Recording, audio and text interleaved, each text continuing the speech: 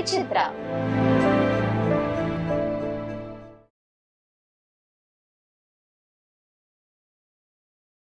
சங்கர் புரொடக்ஷனில் ஹீரோயின்னு தான் என்ன கேட்பாங்க முதல்ல. சங்கர் சாரே சொல்லுவாராம், மனோஜ் வந்து கேளுங்க ஹீரோயின் கரெக்டாக சஜஸ்ட் பண்ணுவாருன்ட்டு. சந்தியாவை கூட நான் அறிமுகப்படுத்துனது ஒரு மிகப்பெரிய எக்ஸ்பீரியன்ஸ் ஆகும். ஏன்னா சந்தியா வந்து என்னோட ஃபேமிலி ஃப்ரெண்டு மாதிரி. அவங்க அப்பா எனக்கு ரொம்ப நல்ல பழக்கம். நான் நிறைய டான்ஸு ப்ரோக்ராம்லாம் பண்ணுறதுனால என் மேலே அவருக்கு ரொம்ப விருப்பம். ஏன்னா அவர் வந்து ஆர்ட் கல்ச்சர் மாதிரி ஒரு ஈவெண்ட்ஸ்லாம் பண்ணுவார் மாதம் மாதம். ஸோ அதனால் என்னுடைய அப்பா கிட்ட அடிக்கடி சொல்லுவார், உங்கள் பையன் நல்லா ஆடுறாங்க, நல்லா பண்ணுறாங்க அப்படின்னு என்கரேஜ் பண்ணுவார். என்னை எப்போ பார்த்தாலும் என்கரேஜ் பண்ணுவார். ஸோ சந்தியா ஒரு தடவை அவங்க அம்மா எனக்கு ஃபோன் பண்ணி, மனோஜ் இந்த மாதிரி என் பொண்ணுக்கு மாடலிங் அசைன்மெண்ட்லாம் பண்ணணும். நீ பண்ணு பண்ணுன்னு கேட்டுகிட்டே இருப்பாங்க. நான் ஒரு நாள் எதேர்ச்சியா ஒரு ஃப்ரெண்டு, அவங்களுக்கு தெரிஞ்ச ஃப்ரெண்டு, கிருஷ்ணகிரி ஃப்ரெண்டு வந்திருந்தாரு. அவருடைய கிரகப்பிரவேசம் கூப்பிட்றதுக்காக. அப்ப நானும் அவங்க கூட போனேன். அப்ப தான் அந்த பொண்ண நான் பார்த்தேன். ஏன்னா நான் அப்ப பிஸியா இருந்தனால மீட் பண்ண முடியல. பார்த்தேன். 9த் படிச்சுட்டு இருந்த சின்ன பொண்ணு. இந்த பொண்ண வச்சு நம்ம என்ன மாடலிங் பண்றது அப்படின்னு சொல்லிட்டு யோசிச்சுட்டு இருந்தேன். சரி, அப்போ எனக்கு சடனா ஒரு தாட் என்னன்னா, அப்ப தான் நான் ஒரு 1 மாசத்துக்கு முன்னாடி பாலாஜி சக்திவேல் சார மீட் பண்ணியிருந்தேன். காதல் படத்துக்காக ஒரு ஹீரோயின் வேணும். ஸ்கூல் பொண்ணு, 9த் படிக்கிற பொண்ணு எனக்கு வேணும்னு கேட்டிருந்தாரு. நான் நெறைய ஒரு 4, 5 பேர் அனுப்பிச்சேன். அவருக்கு எதுவுமே பிடிக்கல. நான் சொன்னேன், என்கிட்ட வேற சாய்ஸ் இல்ல சார். வந்தா நான் சொல்றேன்னு விட்டுட்டேன். நான் அது 1 1/2 மாசம் மேல ஆயிடுச்சு. அதுக்கப்புறம் பொண்ணு வேணும். இவள பார்த்த உடனே எனக்கு கரெக்ட்டா இருக்குமோன்னு தோணுச்சு எனக்கு, அந்த கேரக்டருக்கு. சரின்னு சொல்லிட்டு இவங்க கிட்ட என்னன்னா, சந்தியா அவங்க அப்பா இவள நடிக்க வைக்க மாட்டாரு. ம். அவர் ரொம்ப ஸ்ட்ரிக்ட் அவரு. ஓ! அவங்க அம்மாவுக்கு மட்டும் தான் ரொம்ப ஆசை இவளலாம் வந்து மாடலிங் பண்ண வைக்கணுன்ட்டு. சினிமால நடிக்க வைக்கிறதுக்கு அவங்க அம்மாவுக்கு பயம். ஏன்னா தப்பா திட்டுவாருன்னு சொல்லிட்டு. நான் வந்து சொன்னேன், ஒரு ஃபோட்டோ செஷன் எடுக்கணும் சந்தியாக்குன்னு. ஓகே, எடுத்துடலான்னு. அப்ப நான் ஒரு தாவணி ஒரு ட்ரெஸ்ஸு தைச்சிருங்கன்னு. தாவணி எதுக்கு மனோஜ்? மாடலிங் தானே பண்றா அவ. ஏன் தாவணியில வந்து ஆட் பண்ண மாட்டீங்களா நீங்க? ம். பண்ணணும். ம். அதனால எடுங்க அப்படின்னு சொன்னேன். அப்படின்னு சொல்லிட்டு மறுபடியும் போயிட்டு சரின்னு சொல்லிட்டு ஃபோட்டோகிராஃபர் கிட்ட சொல்லி ஒரு பொண்ணு இன்னைக்கு வரான்னு சொல்லிட்டு கூப்பிட்டோம். அவர் வந்து ஃபோட்டோகிராஃபர் பார்த்துட்டு, "மனோஜ், இந்த பொண்ண போய் நீங்க ஃபோட்டோ எடுக்க சொல்றீங்களா என்ன?" அப்படின்னாரு. ஆ. என்கிட்ட ஃபோட்டோ. இந்த சின்ன பொண்ணு, இந்த பொண்ணு போய் என்ன வந்து நல்லாருக்கும்? அந்த பொண்ண சாதாரணமா நினைக்காத. நீ எடுங்க அப்படின்னு சொல்லிட்டு சொன்னேன் நான். அன்னைக்கு வந்து அவள வந்து இவள நடிக்கிறதுக்கு கரெக்ட்டா இருப்பாளான்றது எனக்கு தெரியாது. அன்னைக்கு வீட்ல போம்போது, நான் உனக்கு ஒரு ஆடிஷன் ஒண்ணு பண்ணி பார்க்கணுமா அப்படின்னு. சரி அங்கிள், ஓகே அப்படின்னா. நேரா மாடிக்குள்ள அவள கூட்டு போயிட்டு, டயலாக்ஸ் எல்லாம் குடுத்து பேச வச்சேன். அப்புறமா உனக்கு தெரிஞ்சது நீ ஏதாவது ஒண்ணு பண்ணுமான்னு. அப்பதான் வந்து இந்த தனுஷோடைய படம், இந்த திருடா தேடில அந்த பஸ்ல சண்டை போடுற மாரி ஒரு சாங் ம். வரும். அந்த சாங் அப்படியே அவ பாடி காமிச்சா. ம். ஃபர்ஸ்ட் கிளாஸா பண்ணா பெர்ஃபார்மன்ஸ். எனக்கு இது ஒண்ணு போதும்மா, நீ நடிப்ப நீ. ம். அவ்வளோதான்னு சொல்லிட்டு, நான் எடுத்துட்டு வந்துட்டேன் நானு. அப்புறமா நான் சொன்னேன், சார் ஒரு பொண்ணு நான் இன்னைக்கு ஃபோட்டோ எடுக்கிறேன். உங்களுக்கு அனுப்புறேன்னு. எடுத்துட்டு ஈவினிங் மட்டும் அந்த தாவணியில எடுத்த ஃபோட்டோ மட்டும் நான் அனுப்பிச்சேன் டைரக்டருக்கு. அவர் பார்த்துட்டு, இந்த பொண்ணு உடனே நாளைக்கு கூப்பிட்டு வாங்க ஆஃபீஸ்க்கு அப்படின்னாரு. பாலாசக்தி. பாலாஜி சக்திவேல். ம். ஓகே. நான் கூப்பிட்டுட்டு நான் போனேன். அப்பதான் சந்தியாவோட மதருக்கே தெரியும் நான் சினிமாவுக்கு கூட்டிட்டு போறேன்ட்டு. "என்ன மனோஜ் நீ இப்படி பண்ற? நான் அஜிக்கு தெரிஞ்சா திட்டுவாரு." "அதெல்லாம் ஒண்ணும் இல்ல. நான் பார்த்துக்கிறேன் விடுங்க." ஏன்னா ஃபேமிலி ஃப்ரெண்ட்ஸ் தானே. அதனால நான் பார்த்துக்கிறேன் விடுங்க அப்படின்னு சொல்லிட்டு அவருக்கு தெரியவே தெரியாது.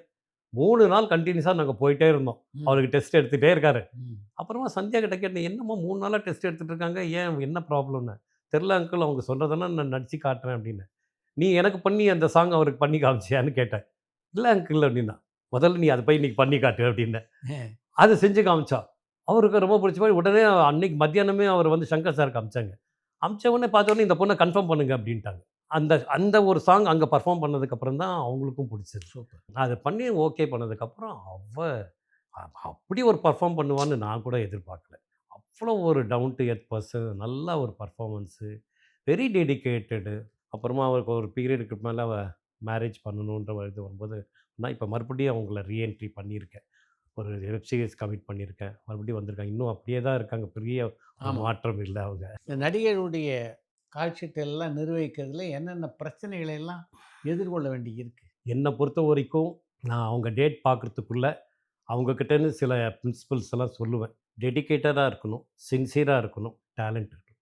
இது 3 தான் அவங்ககிட்ட நான் எதிர்பார்க்கிறது. உங்களுடைய பர்சனல் எனக்கு தேவையில்ல. நான் இன்டர்ஃபியர் பண்ண மாட்டேன். ஆனா உங்க பர்சனல்னால உங்க கேரியர் அஃபெக்ட் ஆச்சுன்னா, நான் ஒர்க் பண்ண மாட்டேன். ம். இதுதான் என்னுடைய கண்டிஷனே எல்லாருக்கும் நான் ம். சொல்றது. ம். ஏன்னா, நான் ரொம்ப ஹார்ட் ஒர்க் பண்ணி ஒருத்தருக்கும் நான் ட்ரை பண்ணுவேன். நீங்க திடீர்னு சொல்லிட்டு ஒரு லவ் பண்ணிட்டு, நீங்க எங்கேயாவது ஊருக்கு எங்கேயாவது போயிட்டீங்கன்னு வச்சுக்கோங்க. ம். அந்த புரொடியூசர் என்ன ஆகுறது? ம். அந்த மத்த மாரி இந்த மாரி நெறைய டிஸ்டர்பன்ஸ்லாம் வரும். அந்த கரெக்ட். மாரி நீங்க பண்றதா இருந்தா, நீங்கள் என்கிட்ட வராதீங்க. அதே நேரத்தில் நிறைய ஆர்டிஸ்ட் சொல்லுவாங்க, நான் வந்து அஜித் கூட தான் நடிக்கணும், அவங்க பெரிய பெரிய ஆர்டிஸ்ட் கூட தான் நடிக்கணும் அப்படி சொன்னீங்கன்னா, அதுவும் என்னால் கேரண்டி தர முடியாது. உங்களுக்கு என்ன ரோல் வருதோ, அந்த ரோலுக்கு உண்டான கம்பெனி என்ன, டைரக்டர் யாரு, இதெல்லாம் நான் பார்த்து சொல்றேன். பெரிய ஆர்டிஸ்ட் வர்றத நானும் வந்து இது பண்றேன். கரெக்ட். ஆனா பட் நீங்க அவங்க கூட தான் நடிக்கணும்னு சொன்னா, அதுக்கு என்னால வந்து ஃபாலோ பண்ணிட்டு நான் பண்ண முடியாது. ம். இதெல்லாம் நான் வந்து சொல்லிடுவேன். அவங்களும் ஓகேன்னு. அந்த மாரி எனக்கு அவங்க ரொம்ப கம்ஃபர்டபுள். பட் அதே நேரத்தில அவங்களுடைய ஈச் அண்ட் எவரிதிங் ம். இப்ப சந்தியாலாம் நான் கொண்டு வரும்போது, டெய்லி 1 ஹவர் போய் அவங்க வீட்ல உட்காந்து அவங்களுக்கு நான் கிளாஸ் எடுப்பேன். இதாம்மா இண்டஸ்ட்ரி. இப்படி தான் இருக்கணும். இப்படி பண்ணணும். என்னுடைய முக்கியமானது என்னன்னா, ஒண்ணே ஒண்ணு என்னுடைய ஆர்டிஸ்ட்டு யார் இத்தன பேர் நான் இன்ட்ரோடியூஸ் பண்ணியிருக்கேன். யாருமே வந்து காம்ப்ரமைஸோ, எந்த விதத்திலயும் வந்து இல்லாம அவங்கள நான் லான்ச் பண்ணியிருக்கேன். Only talent. சூப்பர். இது மட்டும் தான் நான் பார்ப்பேன். அந்த டேலண்ட்ட பேஸ் பண்ணி தான் நான் ப்ரமோட் பண்ணியிருக்கேனே தவிர, ம். வேற எந்த விதத்திலயும் நான் வந்து அவங்கள வந்து விட்டு கொடுத்தது. விட்டு குடுத்ததில்ல. அதே நேரத்தில அந்த பேமெண்ட் சைடும் புரொடியூசருக்கு ஃபேவரா தான் நான் பண்ணுவேன். அது வந்து புரொடியூசர் கவுன்சில்லயே சொல்லுவாங்க. மனோஜ் வந்து ஒரு புரொடியூசருக்கு ஃபேவரான ஒரு மேனேஜர்ன்னு. ஏன்னா என்கிட்ட 2, 3 ஆர்டிஸ்ட் நான் வந்து புரொடியூசருக்கு ஃபேவரா பேசி எனக்கு கீழ நான் ஹேண்டில் பண்ண ஆர்டிஸ்ட். புரொடியூசருக்கு ஃபேவரா பேசி என்ன விட்டு அவங்க போயிருக்காங்க. நீங்க எனக்கு மேனேஜரா இருந்துட்டு புரொடியூசருக்கு ஃபேவரா. பட்டு எங்க தவறுகள் வந்து நம்ம ஆர்டிஸ்ட் சைட்ல இருக்கோ, அத நான் எடுத்து காட்டுவேன். ம். "இது நீங்க பண்றது தப்பும்மா. இது பண்ணாதீங்க. இப்படி பண்ணாதீங்க." அப்படின்னு சொல்லிட்டு. புரொடியூசர் கவுன்சிலே சொல்லுவாங்க. "பரவால்ல மனோஜ், நீ இத்தன ஆர்டிஸ்ட்ட பார்க்குற, ஒருத்தர் கூட நீ அக்ரீமெண்ட் போடலையான்னு?" கேட்டாரு எனக்கு ஒரு தடவ.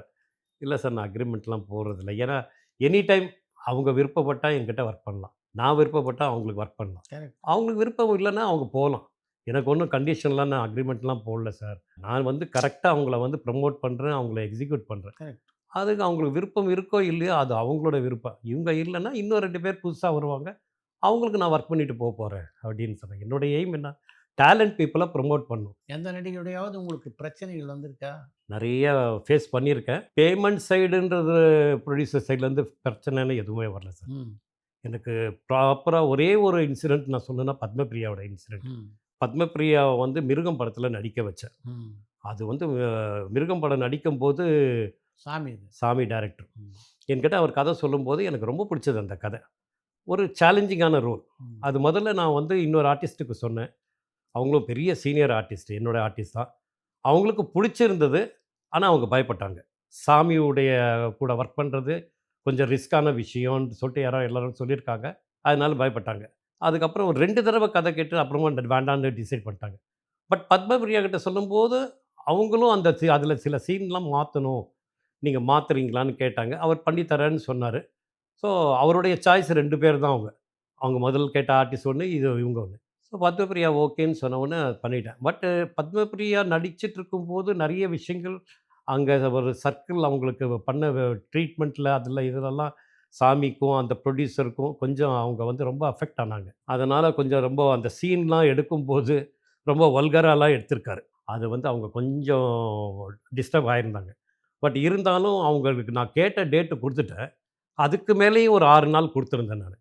அவரு ஃபைனலா 1 நாள் இன்னும் 1 நாள் வேணும்னு கேட்கும்போது, அவன் பத்மபிரியா குடுக்க மாட்டேன்ட்டாங்க. அது புரொடியூசர் கவுன்சில் வரைக்கும் போயிட்டாரு அந்த புரொடியூசர். அவரு சிவசக்தி பாண்டியன் சார் எனக்கு ஃபோன் பண்ணி, "என்ன மனோஜ் நீ 1 நாள் டேட் கேட்குறாங்க பண்ண முடியுமா?" "இல்ல சார், அவங்களுக்கு நான் நெறைய குடுத்தாச்சு. அதான் என்னால முடியாதுன்னு." சரி அப்ப நான் பத்மபிரியா கிட்ட பேசட்டுமான்னு கேட்டார். தாராளமா பேசுங்க சார்ன்னு நம்பர் குடுத்தேன். அவர் பேசி கன்வின்ஸ் பண்ணி அந்த 1 நாள் நடிக்க வச்சார். நடிச்சுட்டு அவங்க வெளியில வரும்போது, அவங்க லாஸ்ட் ஷாட் 7 மணிக்கு ஃப்ளைட்டு.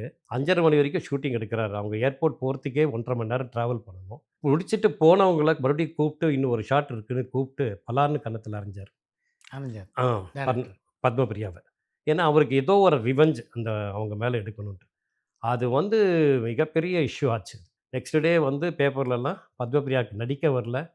அதனால அடிச்சாரு டைரக்டர்ன்னு போட்டாங்க. அப்போ பத்மபிரியா ஒரு 13, 14 அவார்டு வாங்கியிருக்காங்க. நான் உடனே வந்து, "ஒண்ணும் நீ கவலைப்படாதம்மா." "நீ என்ன ரியாக்ட் பண்ணேன்னு?" கேட்டேன். அவ ஃபோன் பண்ணா அழுதுகிட்டே, இந்த மாரி பண்ணிட்டாருன்ட்டு. "நீ ஒண்ணும் கவலைப்படாத. நீ என்ன பண்ணேன்னு கேட்டேன்." "ஒண்ணுமே இல்ல. சைலன்ட்டா தான் இருந்தேன்." "Very good. நல்ல விஷயம்மா." அப்படின்னு சொல்லிட்டு, நான் உடனே சிவசக்தி பாண்டியன் சாருக்கு சொன்னேன். "பார்த்தீங்களா சார், இப்ப தெரியுதா உங்களுக்கு ஏன் நான் டேட் தரலன்னு சொல்லிட்டு." அவங்க வந்து அவங்களுடைய கேரக்டர் எனக்கு தெரியும். அதனால தான் நான் வந்து சப்போர்ட் பண்ணல. இப்ப என்னுடைய ஆர்டிஸ்ட்ட கூப்பிட்டேன். "இல்ல மேடம், ஒரு நிமிஷம் இரு நீ. பெப்சி சார் இப்ப விஜயன் சார் இங்க தான் இருக்காரு." அப்படின்னு சொல்லிட்டு கேட்டு, அவர் உடனே வெப்சி விஜயன் சார்கிட்ட கம்ப்ளைண்ட் பண்ணி படத்தை நிறுத்திட்டார். அங்கே ஷூட்டிங்கே நடக்கக்கூடாது, இது சால்வ் ஆகிற வரைக்கும்னு சொல்லிட்டு நிறுத்திட்டு அவரை உடனே அடுத்த நாள் வர வச்சாங்க. நானும் ஒரு ப்ரெஸ் மீட் வச்சு பத்மபிரியாவை என்ன நடந்தது, அவர் வந்து இப்போ நடிக்க தெரியல அதனால அடித்தாருன்னு சொன்னாங்க. நான் ப்ரெஸ் மீட்டில் கேட்டேன் நான், 14 அவார்டு வரைக்கும் இவங்க வாங்கியிருக்காங்க, இவங்க வந்து நடிக்க தெரிலன்னா இந்த அவார்ட்லாம் கொடுத்தது தப்பா இல்லை தப்புன்னு தானே, அப்போ இந்த அவார்ட்லாம் உங்க திருப்பி கொடுத்துட்றேன்றாங்க, உங்கள் கரெக்டாக நீங்கள் பப்ளிக் பேப்பரில் போட்டது கரெக்டாக இருந்தால் இவ்வளோ அவார்டு வாங்கினதும் தப்புன்னு தான் அர்த்தம் அப்படின்னு சொன்னேன். உடனே ப்ரொடியூசர் கவுன்சிலர் மீட்டிங் வச்சு அன்னைக்கு ஈவினிங்கே எல்லா ஆர்டிஸ்ட்டும் பயங்கரமாக சப்போர்ட் பண்ணாங்க. நடிகர் சங்கத்திலேருந்து இது. அப்போது கேட்டாங்க என்ன பண்ணலாம் அப்படின்னு சொல்லிட்டு டிசைட் பண்ணும்போது, அவர் 2 வருஷத்துக்கு டைரக்ட் பண்ணக்கூடாதுன்ற ஒரு டிசிஷன் எடுத்தாங்க. விஜயகுமார் சார், சிம்பு சார் இவங்கெல்லாம் பயங்கரமாக சப்போர்ட் பண்ணி இந்த மாதிரி அவர் பண்ணதுக்கு, அவர் 2 வருஷத்துக்கு படமே டைரக்ட் பண்ணக்கூடாதுன்ற மாதிரி ஒரு டிசிஷன் எடுத்தாங்க. அப்புறமா அது விட்டுட்டாங்க. அதுக்கப்புறம் ஒரு 6 மாசத்துல இருக்கும். மறுபடியும் ஃபோன் பண்ணி எனக்கு கேட்டாரு. "மனோஜ் ஏதாவது ஒரு ஹீரோயின் வேணும் எனக்குன்னு." நான் என்ன சொல்றது நான் சிரிச்சுட்டு, "இல்ல சார் உங்களுக்கு ஹீரோயின் நான் குடுக்குறத யோசிச்சு தான் குடுக்கணும். தப்பா நெனச்சுக்காதீங்க." அப்படின்னு சொல்லிட்டு விட்டுட்டேன் நானு. எனக்கு பிரச்சனைன்னு நெனச்சா நான் ஒதுங்கி வந்துருவேன் சார். நான் யாருக்கிட்டயும் பிரச்சனைன்றத வச்சுக்கிட்டு பண்ண மாட்டேன். ஒரே ஒரு பிரச்சனைன்னா எனக்கு ஒருத்தர் வந்து என்னோட ஆர்டிஸ்ட்டா இருந்து எனக்கு ஒரு சின்ன விஷயம் மன வருத்தப்படுற அளவுக்கு செஞ்சாங்க. அது வந்து என்னால இன்னைக்கு கூட ஜீரணிக்க முடியல. அதனால எனக்கு ஒரு ரூ. 2,00,000 லாஸ் ஆச்சு. அந்த ஆர்டிஸ்ட்டுக்கு நான் பண்ணதுனால. மத்தபடி எனக்கு வேற ஒண்ணும் பிரச்சனை இல்ல. ஏன்னா, எல்லாருமே என்கிட்ட ரொம்ப ஃப்ரெண்ட்லியா இருப்பாங்க. எல்லாருமே ரொம்ப ரெஸ்பெக்டபுளா இருப்பாங்க. எனக்கு எந்த அளவுக்கு அவங்க ரெஸ்பெக்ட் குடுக்குறாங்களோ, அந்த அளவுக்கு என் கூட அவங்க ஒர்க் பண்ணும்போதும் கம்ஃபர்டபுளா இருந்தாங்க. ஏன்னா, நான் சிஸ்டமேட்டிக்கா நான் பண்ணிட்டு இருந்ததுனால, அவங்களுடைய அக்கவுண்ட்ஸ் முதல் கொண்டு எல்லாமே வந்து நான் மெயின்டெயின் பண்ணுவேன். அவங்களுக்கு வந்து கரெக்ட்டா இந்த இடத்துல நீங்க போணும், இந்த இடத்துக்குள்ள இருக்கணும். அது வந்து அந்த அளவுக்கு அவங்கள பார்த்துக்கிறதுனால அவங்க கம்ஃபர்டபுளா ஃபீல் பண்ணுவாங்க. இன்னைக்கு வரைக்கும் கூட நான் அப்படி தான் பண்ணிட்டுருக்கேன். பட் அன்னைக்கு வந்து டெக்னாலஜி என்கிட்ட இல்ல. ஸோ நான் வந்து இவ்வளவும் வந்து எழுதி வச்சுக்கிட்டு பண்ணிட்டு இருப்பேன் நானு. நோட் மாரி போட்டுக்கிட்டு. இன்னைக்கு நான் அதுக்கு தகுந்த மாரி நான் சாஃப்ட்வேர் அதெல்லாம் வச்சு கரெக்ட்டா மெயின்டெயின் பண்ணிட்டுருக்கேன். எதனால நடிகைகளுடைய கால் ஷீட் மட்டும் பார்க்குறது, நடிகர்கள் கால் ஷீட் வேணான்னு முடிவு பண்ணீங்க? ஈவன் சரத்குமார் சார் சொல்லுவாரு. "ஏன்பா எங்களலாம் டேட் பார்க்க மாட்டீங்களா? நடிகைகள் மட்டும் தான் பார்ப்பீங்களா?" அப்படின்னு கேட்டாரு. அப்படிலாம் இல்ல சார். என்னன்னா, என்னுடைய அப்போ இருந்த நான் ஒரு நோக்கமே என்னன்னா, அவங்களுக்கு தான் நெறைய ப்ராப்ளம். அவங்களுக்கு வந்து கரெக்ட்டான ஒரு சப்போர்ட்டோ, ஒரு பேஸோ, கரெக்ட்டான ஒரு கான்ஃபிடென்ட் குடுக்கறதுக்கு ஒரு மேனேஜர்ஸ் இல்ல. ஏன்னா மேனேஜர்ன்றது சார் எப்படின்னா, என்ன பொறுத்தவரைக்கும் ஒரு குழந்தைங்கள வளர்க்குற பேரண்ட்ஸுக்கு ஈக்குவல் ஒரு மேனேஜர். அருமை. கேரியர் டெவலப் பண்றது மேனேஜர் தான். ஸோ அந்த மாரி தான் நான் வந்து பார்த்துட்டு நான் பண்ணிட்டு இருந்தேன். ஸோ அப்போ உங்க பேரண்ட்ஸ் உங்கள கூப்பிட்டு இந்த அளவுக்கு கொண்டு வந்து விட்டுட்டாங்க. அப்போ உங்க கேரியர டெவலப் பண்றதுக்கு அதுக்கு ஈக்குவலான ஒரு பெர்சன் இருக்கணும்னு பார்ப்பேன் நான். ஸோ அதனால அவங்களுக்கு இருந்து இந்த இண்டஸ்ட்ரியில கரெக்ட்டா இருந்தா எத்தன ஹீரோயின் வேணாலும் ஹேண்டில் பண்ணலான்னு ப்ரூவ் பண்றதுக்கு தான் நானு பண்ணேனே தவிர, எனக்கு அது ஒரு பிசினஸ் நோக்கோட பண்ணல. அது பண்ணிட்டு அதுக்கப்புறம் ஒரு 4, 5 வருஷம் நான் விட்டுட்டேன். ஏன்னா ஒரு டைம் சாப்பிடுறதுக்கு கூட டைம் இல்லாம, என்னுடைய ஃபேமிலியில நெறைய பிரச்சனை ஆயிடுச்சு. ம். ஏன்னா என் பசங்களுக்கு நான் வந்து படிப்பு, கரெக்ட். அவங்களுக்காக டைம் பண்ண முடியலன்றதுனால. அதுக்கப்புறம் ஒரு 5 இயர்ஸ் நான் வந்து கொஞ்சம் பிரேக் எடுத்துக்கிட்டு நிதானமா ஒரு சின்ன சின்ன ஒர்க்லாம் பண்ணிக்கிட்டு, என் பசங்களுக்காக நான் ஒர்க் பண்ண ஆரம்பிச்சேன். ம். என் பையன் இன்னைக்கு வந்து அவன் பாரிஸ்ல ஒர்க் பண்ணிட்டு இருக்கான். நல்ல ஒரு பொசிஷன்ல. என் பொண்ணு இப்போ ஃபேஷன் டிசைனிங் பண்றா. ஸோ இப்போ மறுபடியும் I have started again casting. இப்போ வந்து நான் எல்லா கேரக்டர் ஆர்டிஸ்ட்டையும் நான் பார்க்குறேன். நாட் ஒன்லி ஃபீமேல்துன்னு கிடையாது. ஈவன் தலைவாசல் விஜயே என்ன வந்து நிறைய தடவ கேட்பாப்படி. "டேய் என் டேட்லாம் பார்க்க மாட்டியாடா நீ?" அப்படின்னு. நான் சொன்னேன், "உனக்கு ஒரு படம் குடுத்துட்டு தான் நான் டேட் பார்ப்பேன்" அப்படின்னு சொன்னேன். ம். அதே மாரி ஹிந்தி படம், ம். பெல் பாட்டம் படம் வந்து அவருக்கு பண்ணிட்டு தான் நான் வந்து அவருக்கு ஃபர்ஸ்ட்டு நான் ஒர்க் குடுத்துட்டு, அதுக்கப்புறம் டேட் பார்க்க ஆரம்பிச்சேன். அந்த படம் குடுத்தது கூட ஒரு மிகப்பெரிய ஒரு பியூட்டிஃபுல்லான ஒரு இன்சிடென்ட். அந்த படத்துக்காக என்ன வந்து கேட்டாங்க.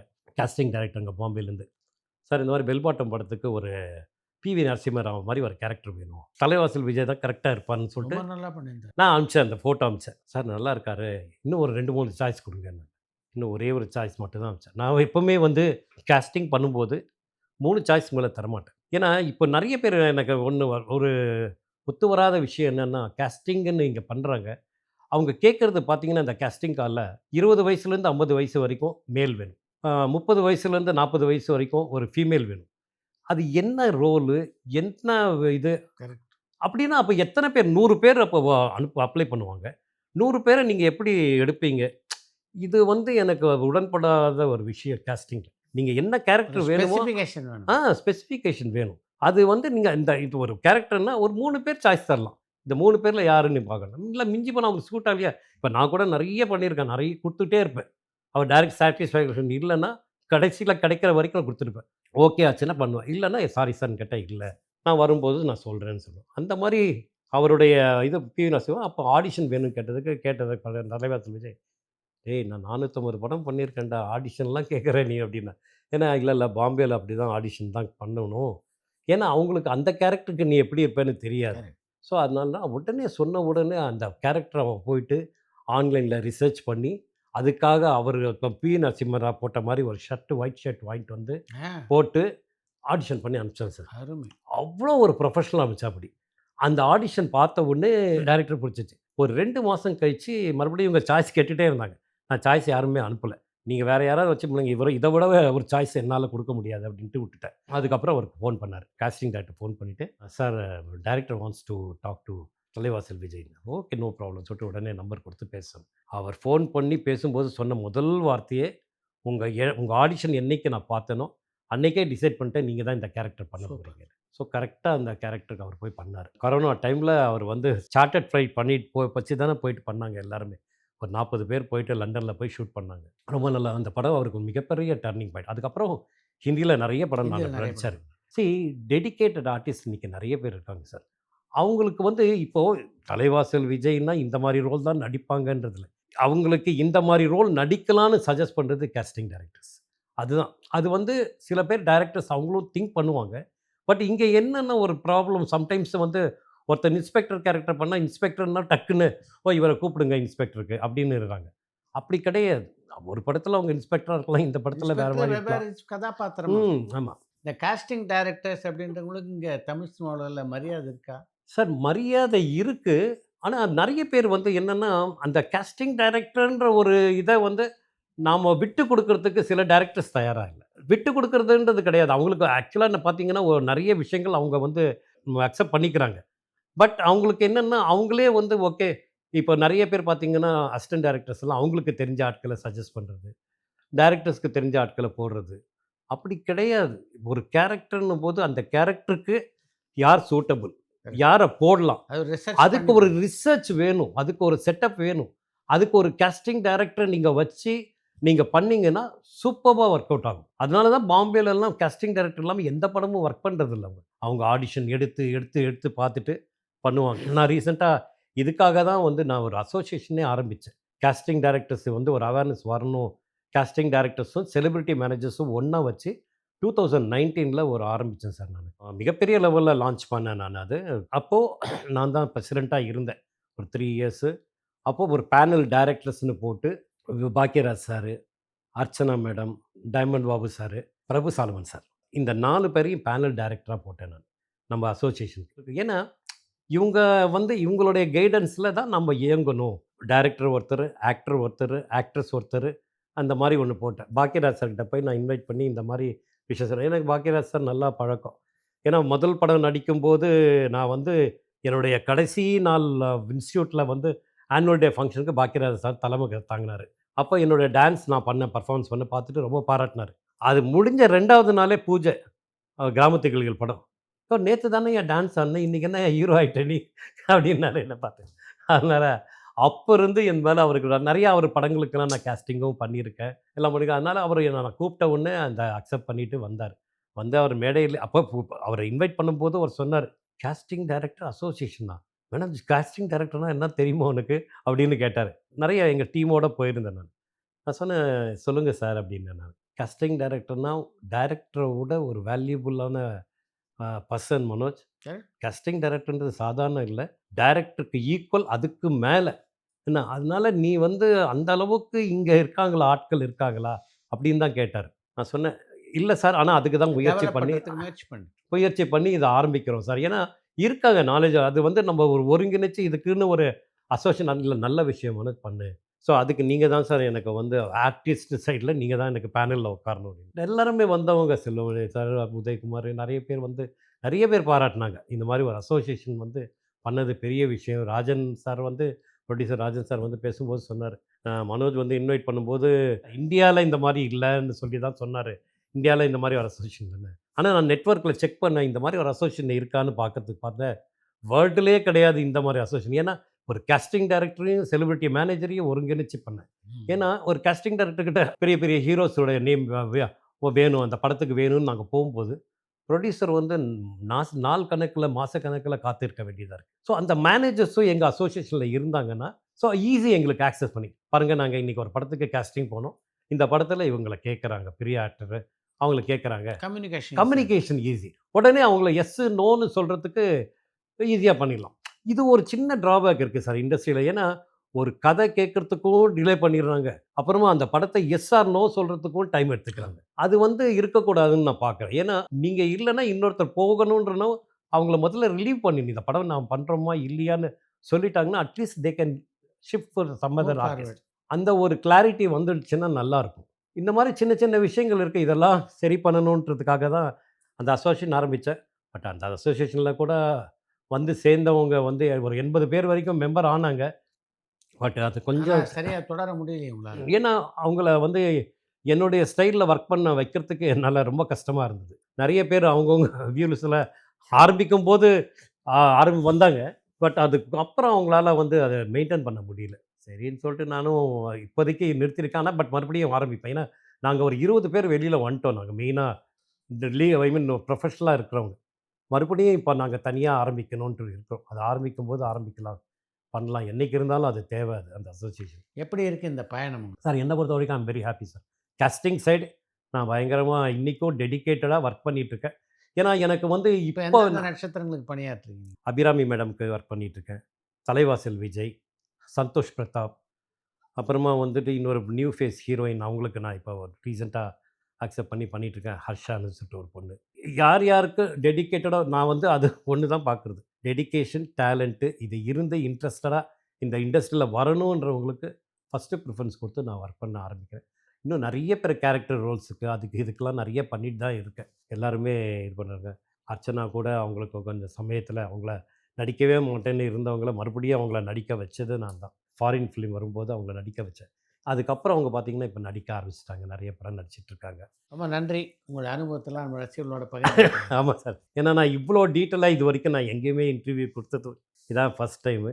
ஏன்னா உங்ககிட்ட எனக்கு ஏன்னா நீங்கள் ஒரு ப்ரொடியூசர், நீங்கள் உங்களுக்கு தெரியும் இதில் இதனுடைய கஷ்டங்கள் என்ன ஏதுன்றது.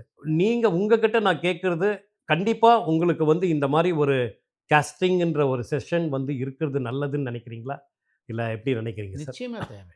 ஆங்கில படங்கள் எல்லாம் காஸ்டிங் டைரக்டர்ஸ்க்கு அந்த அளவு முக்கியத்துவம். அவங்க சொல்கிறது தான் டைரக்டர் கேட்பாங்க. இப்போ இதுக்காக தான் சார் நான் வந்து இப்போது ஷைன் வுட்ஸ்ன்னு சொல்லிட்டு என்னோடய பிளாட்ஃபார்ம் ஒன்று, அது என்னுடைய பெரிய ட்ரீம் ப்ராஜெக்ட். அது ஆல்ரெடி இப்போ இருக்குது. இட்ஸ் ஸ்டாட்டிக்காக இருக்குது. இன்னும் அது டைனமிக்காக கொஞ்சம் ஆப்ரேஷன் பண்ணல. ஏன்னா அந்த சாஃப்ட்வேர்லாம் கொஞ்சம் சரியாக பழையசாகிடுச்சு.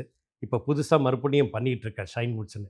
அது ஜான்வரியில் லான்ச் பண்ணுவேன். இப்போ அந்த பிளாட்ஃபார்ம் அது வந்து கரெக்டாக வந்துச்சுன்னா நியூ டேலண்ட்ஸு கரெக்டாக அவங்கள கொண்டு போய் ரீச் பண்ணுறதுக்கு அந்த பிளாட்ஃபார்ம் ரொம்ப நல்லாயிருக்கும் சார். ஜென்ரலாக வந்து ஆர்டிஸ்ட்டுக்கு யாருன்னு நீங்கள் முதல்ல தெரியணும். அது தெரிய வைக்கிறதுக்கு இன்றைக்கி வந்து இன்ஸ்டாகிராம் அதெல்லாம் வந்துடுச்சு.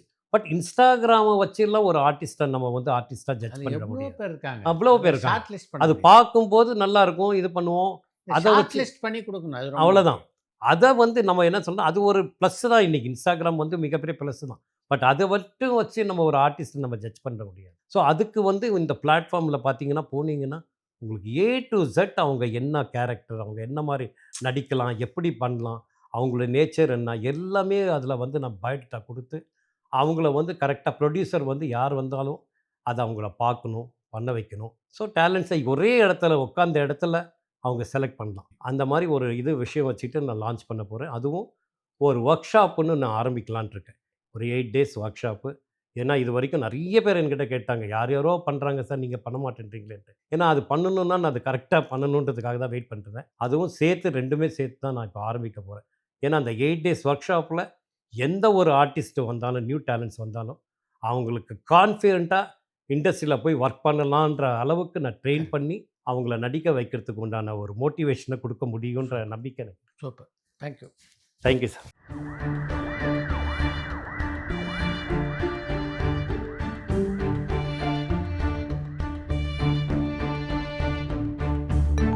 பரபரப்பான சினிமா செய்திகள், நட்சத்திரங்களின் பேட்டிகள், சினிமா வரலாறு ஆகியவற்றை பார்க்கவும் படிக்கவும் உங்களுக்கான இணையதளம் touringtalkies.co.